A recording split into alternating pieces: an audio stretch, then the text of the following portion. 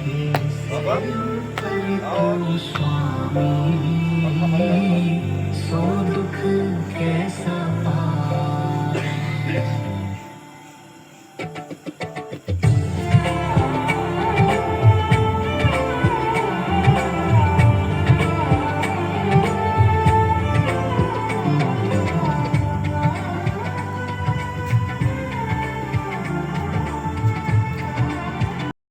नमस्कार साथियों, मैं आज खजुराहो में हूँ। यहाँ एक ओशो का एक आश्रम बन रहा है, नया ध्यान केंद्र। उसी को देखने आया हूँ। निर्माणाधीन है और ये रने फॉल रोड पर है, बन रहा है। एक बहुत अच्छी जगह डेवलप की जा रही है और ये ऐसा ध्यान केंद्र बन रहा है जो वाकई यहाँ पे ज़रूरत है। खजुराहो में जो तंत्र साधना का केंद्र था, बहुत दुनिया में एक बहुत अपने मंदिरों के लिए मशहूर है, और लेकिन यहाँ पर एक ध्यान केंद्र ओशो का नहीं था। उसे स्वामी चैतन्य, प्रेम चैतन्य स्वामी जी इसको बना रहे हैं। आइए हम उनसे बात करके पूछते हैं कि वो क्या क्या तैयारियां हैं उनकी। स्वामी जी प्रणाम। खुश रहो। ये स्वामी प्रेम चैतन्य जी हैं, जो पहले सरकारी सेवा में थे, पीडब्ल्यूडी में इंजीनियर थे। बाद में रिटायर होने के बाद इन्होंने ये एक खजुराहो क्षेत्र में ओशो का आश्रम बनाने का संकल्प लिया है। एक बहुत बड़ा ध्यान केंद्र चाहते हैं, ये बहुत अच्छा बनाना। उसी प्रयास में लगे हुए हैं। और जी, तो मैं जो है इनसे थोड़ा सा पूछ रहा हूँ कि क्या क्या आपकी योजना है, थोड़ा सा हमें बताइए।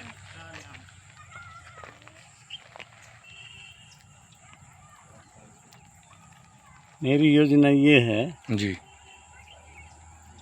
कि जो प्यासे हैं जी उनको किसी तरह से बूंदे मिलें। जी, क्या बात।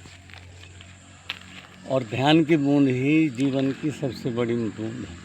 क्या बात, बहुत बढ़िया जी। और परमात्मा की जो बूंद है उसका उदाहरण कबीर ने दिया है जी कि हेरत हेरत है सखी रहा कबीर हेराए, जी। और बूंद समानी समुद्र में सोकत हेरी जाए। क्या बात। तो ये सब ऐसा है कि लोग जो प्यासे हैं यहाँ आएंगे, और ये जो स्थान है इतना स्थान है कि जिसमें नृत्य करेंगे। नृत्य जो है ओशो की मुख्य विधा है जी। ओशो ने न जाने कितनी विधियाँ निकाली हैं ध्यान, जी लेकिन नृत्य उनकी प्रथम विधा है, क्योंकि वो कृष्ण से संबंधित है, उधर शिव से संबंधित है। शिव का तांडव नृत्य था, कृष्ण का महारास था जी। इन सब को जोड़ करके मैं सोचता हूँ कि शायद ओशो बने। जी। ओशो ने अवतार लिया। लेकिन जब देखा कि ओशो तो सब कुछ है, लेकिन इनमें बुद्ध भी समाया है जी। इनमें कबीर भी समाया है, इनमें गोरख भी समाया है। और गोरख के बारे में तो इतना बोले हैं, कबीर के बारे में इतना बोले हैं, मीरा के बारे में इतना बोले हैं जी, नानक के बारे में इतना बोले हैं कि लगभग हजारों की तादाद में किताबें पहुंच गई। जी जी। अच्छा, आपने ओशो से संन्यास कब लिया था कुछ? मैंने स्वामी जी ओशो ने स्वयं बुलाया या मैं स्वयं गया 1980 में। अच्छा। संन्यास लिया उन्हीं के कर कमलों से। अच्छा, जब वो यूएस गए थे, अमेरिका गए थे, उसके पहले आप? पहले 1 साल। जी जी। और उन्होंने मेरे आज्ञा चक्र को फोरहेड को टच किया और मैं अपने शरीर से बाहर था। ये मेरा अनुभव है जी। उस अनुभव को मैं जिंदा करके आज तक चलता हूँ। और मुझे यहाँ से स्वामी जी कोई लोभ लालच नहीं है। मेरे परिवार के लोगों से मेरा ये कहना है कि आप इसको कोई भी आमदनी का साधन यहाँ मत समझो। जी जी। बांटने की जगह है। मैं तो स्वामी जी हूँ, मुझे कबीरपंथी भी आप कह सकते हैं। अच्छा, जब आपने संन्यास लिया था उस समय तो ओशो का समाज ने ओशो को स्वीकार नहीं किया था। ओशो का बड़ा विरोध था। हाँ, तो आप जब गए होंगे तो उस वक्त आपको भी बड़ा विरोध झेलना पड़ा होगा। बहुत विरोध। जी। अब यदि मैं ट्रेन में जाता था, हम्म। जब वहाँ से संन्यास लेके आए थे जी। तो लोग पूछते थे हम्म। कि आप उस भगवान रजनीश वाले हैं, इसके लिए क्या करना पड़ता है? हम्म। वो तो बहुत बदनाम आदमी है, आप कैसे उनके जाल में फंस गए? जी। तो मैं बोला, आपको यदि जाल में फंसना है तो आप प्रश्न करिए, अथवा कोई ज़रूरत नहीं है। हम्म। तो बोले हाँ, हम भी दीक्षा लेना चाहते हैं। हम्म। तो मैंने कहा उसके लिए एक काम करना पड़ता है। हम्म। तो बोले वो क्या है? तो मैंने कहा कान में आपको बोलूँगा। हम्म। तो बोले कान में क्या बोलना है? तो उसमें एक MMC डिग्री होती है, अच्छा। जो मैंने स्वामी जी आपको पहले बताई थी जी जी। महोबा में। हम्म। वो जो उस डिग्री के मुकाबले कोई डिग्री नहीं है। हम्म। या वो बनना पड़ता है, तब जा कर के ओशो के चरणों में आप समा सकते हैं। That is the dedication and nothing more than that. तो आप तो सरकारी जॉब में थे उस वक्त, आपके डिपार्टमेंट में भी इसका विरोध हुआ होगा। किस डिपार्टमेंट में थे आप? मैं PWD में था उस समय, जी। सब इंजीनियर था। बाद में SDO बना, पंडित श्यामाचरण इसके एरिया में आया बहुत बाद में। जी। लेकिन उस समय मैं सब इंजीनियर था। जी। और विरोध में तो इतना था कि हमारे जो सुपरिंटेंडिंग इंजीनियर थे जी। वो हमारी शक्ल नहीं देखना चाहते थे, क्योंकि हम चोंगा पहनते थे पूरा, जी। माला लटकाते थे, गेरुआ चोंगा था और ये माला ऊपर था। उनके सामने जाते थे तो वो गेट आउट करने का प्रयास करते थे, लेकिन मैं कभी गेट आउट नहीं हो पाया। अच्छा। और गली गली चर्चाएं थी। हमारी पत्नी को लोगों ने बोला कि आप वहाँ मत जाओ, व्यभिचार का अड्डा है। जी। आप सती सावित्री सीता की देश की नारी हो। जी। और वो लोग जो हैं गायत्री परिवार के संत लोग थे, जी। उन्होंने ऐसा भड़काया हुआ था। और उस भड़क के कारण वो नहीं जाना चाहती थी, लेकिन उन्होंने एक जिद किया था। वो जिद किया था कि यदि ओशो मेरे को लेने आएंगे तो मैं जाऊंगी, नहीं तो नहीं जाऊंगी। अच्छा। और उस समय हम लोग अशोकनगर में थे। जी। अशोकनगर में ओशो लेने आए। अच्छा। भगवान ने उनको दर्शन दिए जी। कमरे के अंदर, और दर्शन पाने के बाद वो बेहोश हो गए। अच्छा।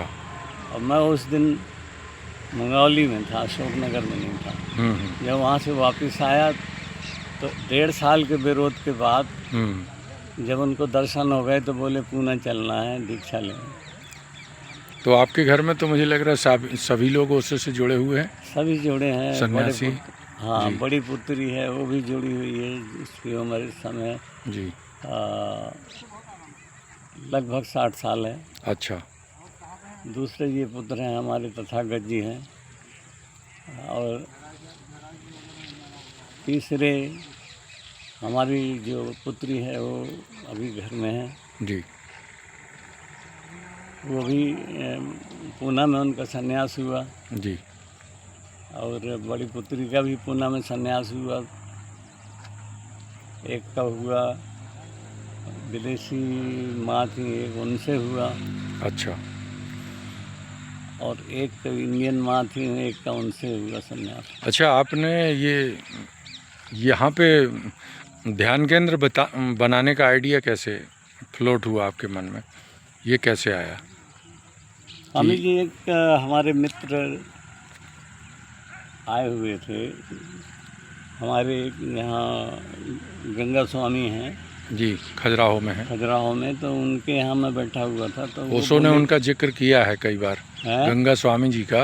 हाँ, खजुराहो के बारे में जब बोलते हैं तो उन्होंने गंगा गाइड का जिक्र किया है। हाँ जी। तो वो हम उम्र में समकालीन है, लेकिन हमसे 3 साल पहले उनका संन्यास हो चुका था। जी जी।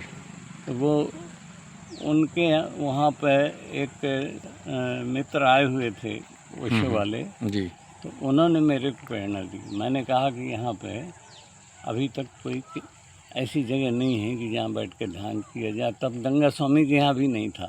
जी जी जी।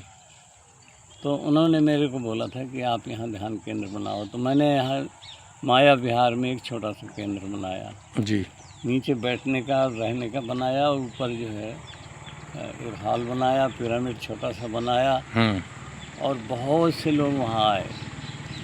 लगभग 1 दर्जन जो संचालक हैं ओशो के, वो वहाँ आए। और आकर के पता नहीं क्यों प्रभावित हुए, पता नहीं जानता हूँ मैं, लेकिन ये है कि मैं तो ये जानता हूँ स्वामी जी, छोटी सी बात बता दूँ, कबीरदास वाली बात मेरे को याद रहती है। बुंदेलखंड तो वैसे भी हमेशा एक बहुत बड़ा तीर्थ रहा है, और यहाँ बड़े बड़े तीर्थ हैं। गुरु गोरखनाथ भी यहाँ रहे हैं, तो तंत्र साधना का केंद्र भी रहा है। तो ये आपके मन में एक जो आया, ये कहीं ना कहीं उन लोगों की भी प्रेरणा होगी। प्रेरणा तो मंदिरों की है, जी जी। और उन मंदिरों की है जिसमें यौन के चित्र बने हुए हैं। जी। वो लगभग मेरे पुणे जाने के पहले से थी, क्योंकि हमारा यहाँ रिश्ता था। हमारी साली है राजनगर में पास में, तो आते थे, हम लोग देखते थे। और वो देखने के बाद में ऐसा लगा कि यहाँ इसका क्या अर्थ है। फिर बाद में पता लगाया कि वो सो यहाँ खुद ही इनकी नानी थी राजनगर में, और नानी ने इनको घुमाया फिराया, ओशो को बचपन में घुमा फिराया। और ओशो के पास भी वो प्रेरणा मिली, वो मूर्तियों की जो सेक्स यौन से संबंधित हैं। और उसी के बाद भी वो वाणी उनसे फूटी है जो तंत्र की है। और तंत्र में जितना उन्होंने बोला है उतना और किसी विषय में नहीं बोला है। और वो इंग्लिश का प्रवचन है उनका, उसका नाम है बुक ऑफ द सीक्रेट्स जी। और फिर उसी को हिंदी में बाद में अनुवाद हुआ है। अच्छा, बाद में एक अंश है संभोग से समाधि है जी। अब केवल वो अंश छप गया, उसमें भारत में तहलका मची है उनके खिलाफ। नहीं तो उसमें जो एक इन्होंने संभोग से समाधि की और जो सीरीज उनकी आई है बुक्स की, उसके बारे में कई लोगों से बात हुई, तो वो ये कहते हैं कि इसमें संभोग के बारे में तो कुछ है ही नहीं, वासना है ही नहीं, ये लोगों ने गलत इसको समझा है, पढ़ा ही नहीं है। आपका क्या कहना है? मेरा कहना ये है, जो ओशो कहते हैं उसको बहुत कम लोग समझ पा रहे हैं जी। जो मैंने समझा मैं बता रहा हूँ। यौन अलग विषय है जी, यौनाचार अलग विषय है जी। Sex is your own power, आपकी स्वयं की शक्ति है, आपकी जीवनी शक्ति है, जिससे दूसरा जीवन उत्पन्न होता है। जैसे तोता से तोता उत्पन्न होता है, ऐसे मनुष्य से मनुष्य उत्पन्न होता है, उस जीवनी शक्ति के कारण होता है। वो जीवनी शक्ति का नाम ही सेक्स है, यौन है जी। और इसके अतिरिक्त जो सेक्सुअलिटी है वो ऐसे हैं जैसे किसी पैसे का लोभी है, उसको पैसे में स्वाद मिल रहा है जी। किसी को पद में मिल रहा है, किसी को प्रशंसा में मिल रहा है। तो ये संभोग से समाधि की ओर ये जो ओशो ने बुक आई है उनकी, इससे संदेश क्या देना चाहते हैं सोसाइटी को, वो मैं थोड़ा सा जानना चाहता हूँ आपसे। इसका लोगों में मैसेज गलत गया है, लोग कहते हैं कि वो तो ओपन सेक्स की बात करते हैं, जबकि मुझे लगता है ऐसा नहीं है। आपका क्या? आपको स्वामी जी सही लगता है। हाँ, तो वो उसमें मुझे भी आपके जैसा लगता है जी, क्योंकि जो आदमी खजुराहो नहीं आया जी, वो आदमी बात करता है जी। क्योंकि उसने खजुराहो की मूर्तियाँ नहीं देखी हैं। कुछ इसी टाइप की मूर्तियाँ कोणार्क में भी हैं, जी जी, अजंता एलोरा में भी है, अजंता एलोरा में भी कहीं कहीं हैं। जी। तो ये जो उस समय में 10वीं शताब्दी के पहले इसको सेक्स को ऐसा नहीं समझा जा रहा था, गलत नहीं समझा जा रहा था सेक्स को, और सेक्स को एनर्जी समझा जा रहा था। और इसके द्वारा केवल गुरु गोरखनाथ ही समझ पाए थे कि परमात्मा मिल सकता है। जी। और सेक्स उन्हीं की प्रेरणा से आगे बढ़ा है। और ये जो खजुराहो की मूर्तियाँ हैं, ये गुरु गोरखनाथ के द्वारा ही निर्मित हुई हैं, क्योंकि चंदेल राजा उनके यहाँ शिष्य हुए थे जी। और उनको वो देशना दे के गए थे। उसी देशना के अनुसार खजुराहो का निर्माण हुआ और यहाँ से चले गए थे। चले जाने का कारण भी था। अच्छा, कहने का मतलब ये है कि ये जो खजुराहो के टेम्पल बनाए गए, ये मूर्तियाँ बनाई गई, इसमें गुरु गोरखनाथ की प्रेरणा भी शामिल है। गुरु गोरखनाथ की ही है।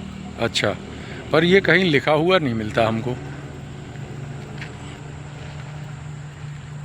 इसके बारे में थोड़ा सा ओशो ने बोला है। जी। ओशो ने जो बोला है उसका इशारा है। जी।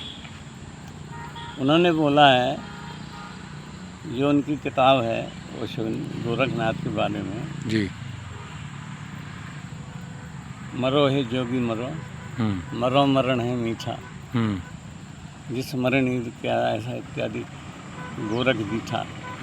तो वो जो मरने का सवाल था उनका, वो सेक्स वाला था। अच्छा।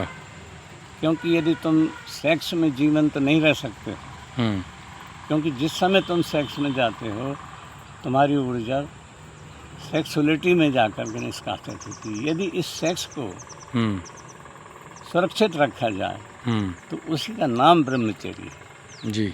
और वही आदमी ब्रह्मचर्य है जो अपने सेक्स को सुरक्षित रखा हुआ है। मतलब आप ये कहना चाहते हैं, ओशो ये संदेश देना चाहते थे कि सेक्स में लोग फंसे ना। ब्रह्मचारी लोग जी, जो आज ब्रह्मचर्य की बातें करते हैं, दुहाई देते हैं, जी, ओशो जैसा कोई ब्रह्मचारी आज तक न हुआ है, जी, न होगा।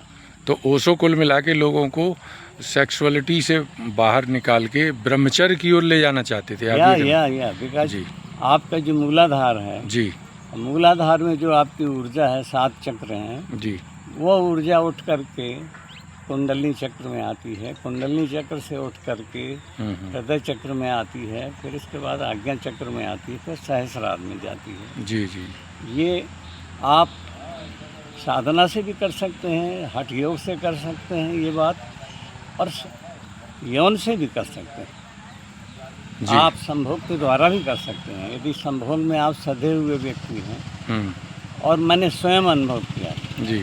ओशो के यहाँ से आने के बाद मेरी पत्नी और मैं दोनों एक साथ संन्यास्त हुए जी। और हम लोगों ने घंटों तक संभोग किया और हमको हमारी ऊर्जा बाहर नहीं गई। तब हमने समझा कि वो सही बोलते हैं।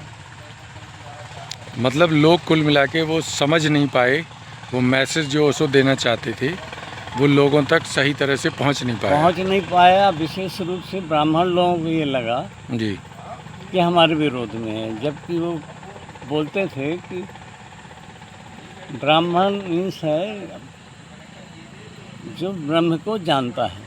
जी। अपने वेदों में लिखा है ब्रह्म इति जानीति करके इस टाइप का कुछ है। तो वो वही ब्राह्मण है जो ब्रह्म को जान ले। और उन्होंने तो यहाँ तक भी बोल दिया है कि रविदास जो है चमार थे जी, और वो ब्राह्मण से आगे बढ़ करके थे, क्योंकि उन्होंने वो जान लिया था जो जानने लायक था। जी। अच्छा, एक चीज़ लास्ट पाए इन लोगों को, वो उनका कहना है कि विश्व में एक ही सरकार होना है और कहीं कोई मिलिट्री नहीं होना, कहीं कुछ नहीं होना। जीवन जो है जीवन जैसा, मतलब वो ध्यान की सरकार। हाँ, ध्यान की सरकार। ध्यान बहुत जरूरी है। और प्रेम। जी। ओशो के जीवन में 2 शब्द हैं। चलिए, बहुत और बहुत 2 शब्दों को जो समझ लिया, हाँ, उनने ओशो को समझ लिया। बहुत बढ़िया। और जो मेरी समझ में आया है मैं उसको बांटना चाहता हूँ। बहुत बहुत धन्यवाद। ये स्वामी संदीप जी हैं, स्वामी तथागत। ये देखिए इस आश्रम के लिए पूरी मेहनत से जुटे हुए हैं। अब इस समय तराई कर रहे हैं, गर्मी का समय है, लाइट नहीं थी तो लाइट आई है, तो बस यहाँ पेड़ पौधों को पालना पोसना बहुत बड़ा काम है। जी नमस्कार स्वामी जी। नमस्कार। बताइए ये आप आश्रम का सपना कैसे कब पूरा होगा, कैसे होगा? बस स्वामी जी लगे हुए हैं। हाँ, और गुरु ने चाहा तो बहुत जल्दी पूरा होगा। बिल्कुल बिल्कुल होगा। आपने संकल्प लिया है तो जरूर पूरा होगा। खजुराहो जैसी जगह में अभी तक कोई ओशो का कोई भी एक सेंटर नहीं था। बिल्कुल बिल्कुल, बहुत ज़रूरी छोटा है। सा सेंटर बनेगा तो कम से कम लोगों को लाभ मिलेगा ध्यान का। बिल्कुल बिल्कुल मिलेगा। यहाँ पे दोनों चीज़ रखेंगे स्वामी जी, ध्यान का भी रहेगा, योग का भी रहेगा और साथ में आयुर्वेदा भी रहेगा। बिल्कुल बिल्कुल, बहुत बढ़िया। आप लोगों को, दोनों चीज़ों का काम करें। आप लोगों का प्रयास अच्छा है, क्योंकि इस समय जब लोग सिर्फ हाय पैसे के चक्कर में पागल हैं, और वैसे में यदि एक लोगों की, हाँ बिल्कुल दूर हो रहे हैं। अगर लोगों की मानसिक खुराक और उनको आध्यात्मिक शांति के लिए अगर ऐसा सेंटर डेवलप किया जा रहा है तो ये वाकई बहुत अच्छी चीज़ है। इसके लिए आप लोग बधाई के पात्र हैं। आप लोगों को बहुत बहुत शुभकामनाएं। धन्यवाद स्वामी जी। ये देखिए रानीफाल रोड है और यहीं पर ये ओशो आश्रम बन रहा है। ओशो विलेज आश्रम, meditation, celebration and yoga under construction. ये देखिए लिखा है समर्पण।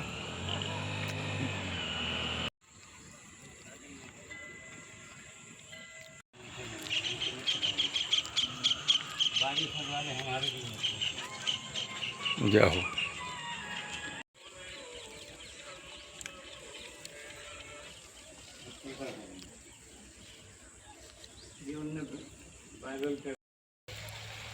यहाँ के मुझे भी आज बड़ा अच्छा लगा, क्योंकि मैं पहली बार इस जगह पर आया हूँ।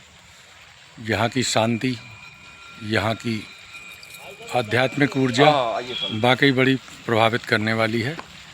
और काफ़ी समय से यहाँ आना प्रस्तावित था, लेकिन हम आ नहीं पा रहे थे।